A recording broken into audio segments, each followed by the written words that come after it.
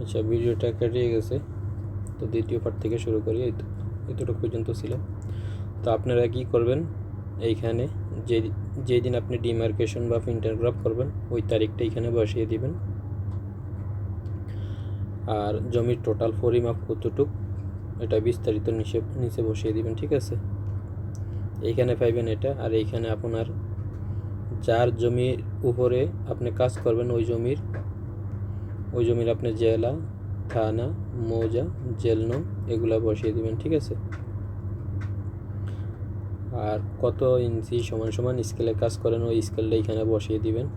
এটা 16 ইঞ্চি সমান সমান 1 মাইল স্কেলে যদি কাজ করেন ওটা বসিয়ে দিবেন। আর এইখানে আপনি দিক নির্দেশনা দেওয়ার জন্য এখানে এই সাইড হচ্ছে উত্তর, এই সাইড দক্ষিণ। তার মানে আপনি যখন পরিমাপ করবেন ওই পরিমাপটা বুঝতে হবে। এইখানে আবার বিস্তারিত এইখানে উত্তর লেখা আছে, আবার এইদিকে দক্ষিণ, এইদিকে পশ্চিম, এইদিকে পূর্ব, ঠিক আছে। আপনি যখন একটা নকশা পরিমাপ করবেন, একটা নকশা যখন আপনি পরিমাপ করবেন এইরকমভাবে পরিমাপ করলে তখন আপনি এটারে প্রিন্ট করতে খুব সুবিধা হবে। আপনার কিছু করা লাগবে না, আমার সব কমপ্লিট করা আছে।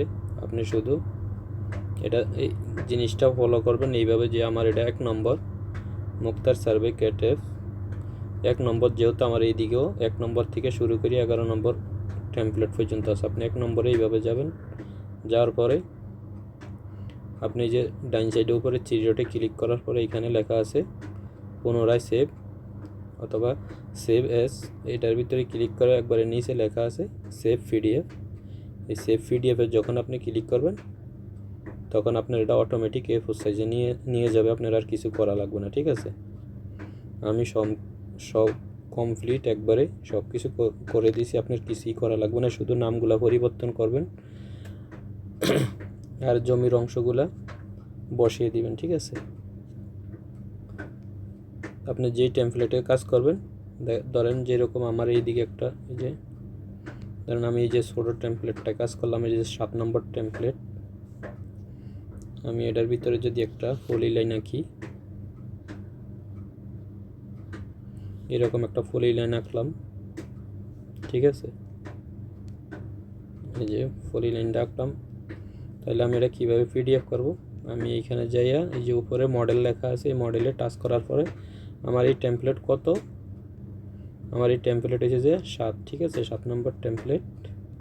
তাহলে আমি কি করব, এখানে 7 ক্লিক করব, এই যে 7, এই যে এখানে 7 লেখা আছে, আমি এই 7-এর ভিতরে টাচ করলে এই যে দেখেন আমার এটা আইসা গেছে, আমি যেটা এখন বর্তমানে ড্রয়িং করছি। এরপর আপনি ডাইন সাইডে উপরে যাবেন, আবার সেভ এসে যাবেন, একবারে নিচে লেখা আছে সেভস পিডিএফে ক্লিক করবেন, অটোমেটিক A4 সাইজ নিয়ে নিবে, আপনার আর কিছু করা লাগবে না। আপনি শুধু এই যে এটার ভিতরে ক্লিক করে সেভ করে নেবেন। এর ভিতরে যখন টাচ করবেন, টাচ করার পরে এখন আপনি কোন ফাইলের ভিতরে সেভ করবেন ওই ফাইল চুজ করে এই যে নিচে লেখা আছে সেভ, এই যে নিচে সেভ লেখা আছে এই জায়গায় টাচ করে দিবেন, ঠিক আছে।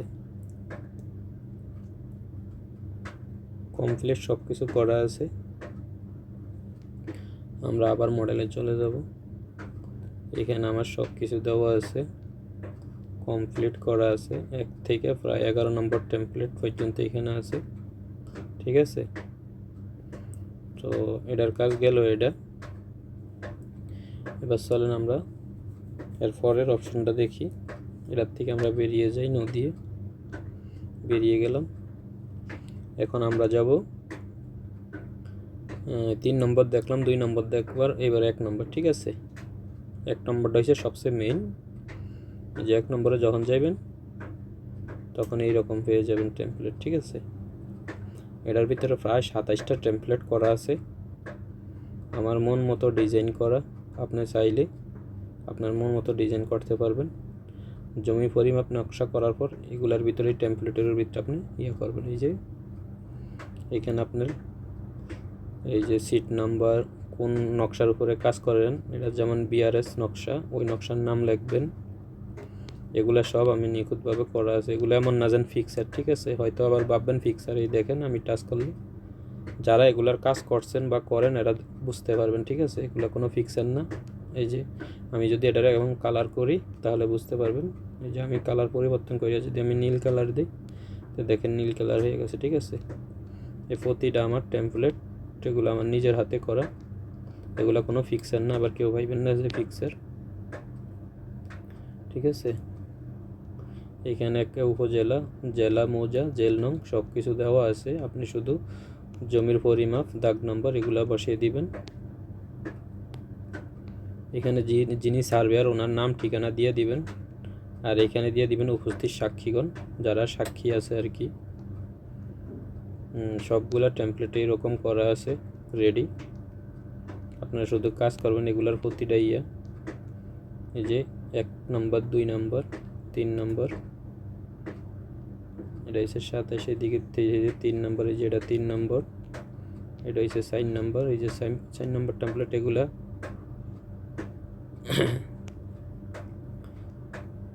এগুলা দেখেন, এগুলার উপরে যখন আপনি কাজ করবেন, কাজ করার পরে যখন আপনি মানে যেই টেমপ্লেটের উপরে কাজ করবেন, এখানে এই যে আমার এই যে 1 নম্বর, 2 নম্বর, এই দুইটা টেমপ্লেটের ভিতরে যখন আপনি কাজ করবেন, নকশার কাজ করবেন, তখন আপনি কী করুন, ফরম্যাটে যাওয়ার পর এখানে ডাইমেনশন স্টাইলে যাওয়ার পরে এই যে 1 নম্বর দিয়ে কাজ করবেন। এই যে 1 নম্বর এটারে সেট কারেন্ট কইয়া নেবেন। এই যে সেট কারেন্ট, এখানে যে উপরে লেখা আছে সেট কারেন্ট করলে দেখবেন এরকম একটা টিক চিহ্ন করিয়া যাইব।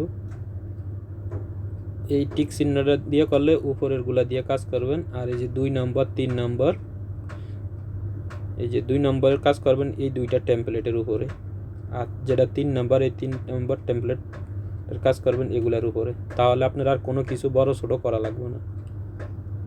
এই যে যদি বুঝাই একটু সহজে যদি বুঝাই তাহলে বুঝতে পারবেন। আমি যদি এখানে একটা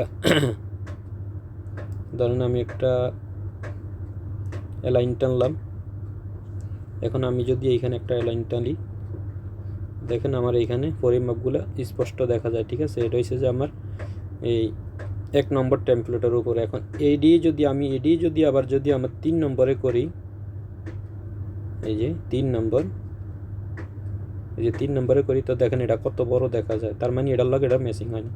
তাহলে আপনি ওই জায়গায় ডাইমেনশন স্টাইলের ভিতরে যেয়ে 3 নম্বরের সিলেক্ট করবেন, তারপরে এই টেমপ্লেটের উপরে এসে কাজ করলে আপনার আর কিছু করা লাগবে না। ঠিক আছে, যেমন এখন আমি যদি আবার 3 নম্বরটা সেট করি তাহলে বুঝতে পারবেন যে আমি এই যে ফরম্যাটে গেলাম, তারপরে ডাইমেনশন স্টাইলে গেলাম, এখানে আমি 3 নম্বর সেট কারেন্ট করে দিলাম।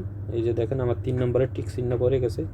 এখন যদি আমি এইখানে লাইন দিয়ে এখান থেকে আমি এখানে লাইনটা নিই, তাহলে দেখেন আমার এই যে এটার লেখার সাইজ দেখেন এখন। এখন যেটার উপরে যেটা দিয়ে কাজ করবেন ওটা সেট করে নেবেন আগে, তারপরে কাজ করবেন, তাহলে সবচেয়ে সুবিধা হবে। আচ্ছা, আমরা উপর থেকে দেখলাম এগুলা, এরপরে দেখেন এই যে 6 নম্বর, এগুলো আমার নিজের নিখুঁত হাতে করা। এই যে এগুলা ডিজাইনগুলো আপনারা দেখেন, এইরকম আজ পর্যন্ত কেউ ইউটিউবে করে না, আমার মনে হয় না কেউ এইরকম টেমপ্লেট করছে, ডিজাইন করছে। ডিজাইন দেখলেই খুশি। এই টেমপ্লেটের উপর আপনি কাজ করে দিতে পারবেন প্রতিটা টেমপ্লেট, এগুলো নিখুঁত পাইবে, এগুলো কোনো ফিক্সার নাই। যে যারা এগুলোর উপরে কাজ করে তারা বুঝতে পারবেন। এই যে ঠিক আছে, এই যে টেমপ্লেটগুলো দেখেন, এই যে 9 নম্বরের একটা ডিজাইন, 9 নম্বর, এই যে 10 নম্বর, এই যে এগুলো হচ্ছে যে আপনার এই যে আপনি কোন নকশার উপরে টিক চিহ্ন দিয়ে কাজ করেন, ওই কালার নিয়ে আপনি কাজ করলে তাহলে বুঝতে সুবিধা হবে। যেমন আমার এটা হচ্ছে বিআরএস, এটা হচ্ছে এসএ, এটা হচ্ছে সিএস, এই যে এটা হচ্ছে সিএস। এই দাগ যখন এই কালার দিয়ে কাজ করবেন তাহলে বুঝতে সুবিধা হবে যে এটা ওই নকশা। ঠিক আছে, এখানে দাগ নাম্বার, এখানে চাইলে একটা দাগও দিয়ে দিতে পারবেন এইভাবে। যেমন আমি এদিকে থেকে এইদিকে যদি একটা দাগ দিই, ধরেন এইদিকে দিলাম আর এইদিকে দিলাম, এই যে আমি এখানে একটা দিয়ে দিলাম, ঠিক আছে। এখন আলাদা আলাদা হয়ে গেল দাগ নাম্বার, জমির পরিমাণ। ঠিক আছে, এরপরে দেখুন আমার এই যে এবার দেখেন এগুলা আপনি যত নিচে যাবেন তত ডিজাইন, নিউ ডিজাইন পাইবেন। এগুলো আপনি ফিন করলে এইরকম দেখা যাবে, ঠিক আছে? এইরকম ডিজাইন পাবেন যখন আপনি এটারে ফিন করে বার করবেন। যেমন আমার এটা আছে 11 নম্বর ফিন্ট, আমি যদি এটার উপরে কাজ করি, এই যে এটার উপরে যদি আমি কাজ করি, ঠিক আছে, এরকম কাজ করে আমি যদি এটারে ফিন করি, আমার যেহেতু এটা 11 নম্বর আছে, 11 নম্বর টেমপ্লেট, তাহলে আমি কি করব, 11 নম্বরে যাব, এই যে 11 নম্বর, এই যে 11 নম্বরে আমি কাজ করছি। এখানে আমি যাব সেভ, তারপরে সেভ পিডিএফে যাব, এখানে আমি সাইজটা A4 করে নিব, ঠিক আছে? এই যে A4 সাইজ করে নিলাম। এই যে দেখেন এইরকম ডিজাইন বেরিয়ে আসবে, ঠিক আছে? আপনার আর কিছু করা লাগবে না, এইরকম আপনার প্রিন্ট পেপার বেরিয়ে আসবে, ঠিক আছে? আচ্ছা, আমরা মডেলে গেলাম। এবার দেখেন এই যে এগুলো এক একটা খুব নিখুঁতভাবে ডিজাইন করা। এগুলোর ডিজাইন এক একটা, আপনার ডিজাইন কত সময় লাগে একটা ডিজাইন, যারা এগুলোর কাজ করে এরা বুঝতে পারবেন যে একটা ডিজাইনের কাজ করতে কত সময় লাগে। এগুলো সব আমার, এই যে এগুলো দেখেন, তাহলে বুঝতে পারবেন আর কি এগুলো একটা কাজ করতে কত সময় লাগে। যারা এগুলো নিয়ে কাজ করে এরা বুঝতে পারবেন। এগুলো আমার সব নিজ হাতে করা টেমপ্লেটগুলো। এক একটা টেমপ্লেট করতে গেলে প্রায় 4 দিন 5 দিন 10 দিনও লেগে যায়, একটু একটু করে করলে আর কি। আর একটা না করলে হয়তো 2-3 ঘন্টা লাগতে পারে, 1 ঘন্টা 1.5 ঘন্টা 2 ঘন্টা এরকম। এই যে ডিজাইন করে এগুলো সবগুলো, ঠিক আছে? এরপরে এটার পরে যাওয়ার পরে নিচেরগুলো আরও সুন্দর ডিজাইন, ঠিক আছে? এই যে এগুলো আমি যে রাস্তা ডিজাইন করা আছে, এটারে চাইলে আপনি কপি করে অন্য জায়গায় নিয়ে বসিয়ে দিতে পারবেন। এখানে যে রাস্তা, আসা যাওয়ার রাস্তা গাড়ির, এগুলা ফ্লট সিস্টেম করছিলাম আর কি, ফ্লট। এইরকম। এই যে টেমপ্লেটগুলো আগে দেখুন, এই যে আমার এই যে 20 নম্বর টেমপ্লেট, এগুলো প্রিন্ট করলে কেমন, এই যে 25 নম্বর টেমপ্লেট, আমি যদি 25 নম্বর টেমপ্লেটে যাই, 25, এই যে আমার 25 নম্বর টেমপ্লেটে যদি যাই এরকম আসবে, ঠিক আছে? আপনি যদি প্রিন্ট করেন তাইলে এই যে A4 সাইজটা করে নেবেন, এই যে A4 সাইজ করে নিলাম। দেখেন আপনার কাগজ এইরকম বেরিয়ে আসবে, ঠিক আছে? আপনি যখন রিপোর্ট বার করবেন এইরকম আসবে।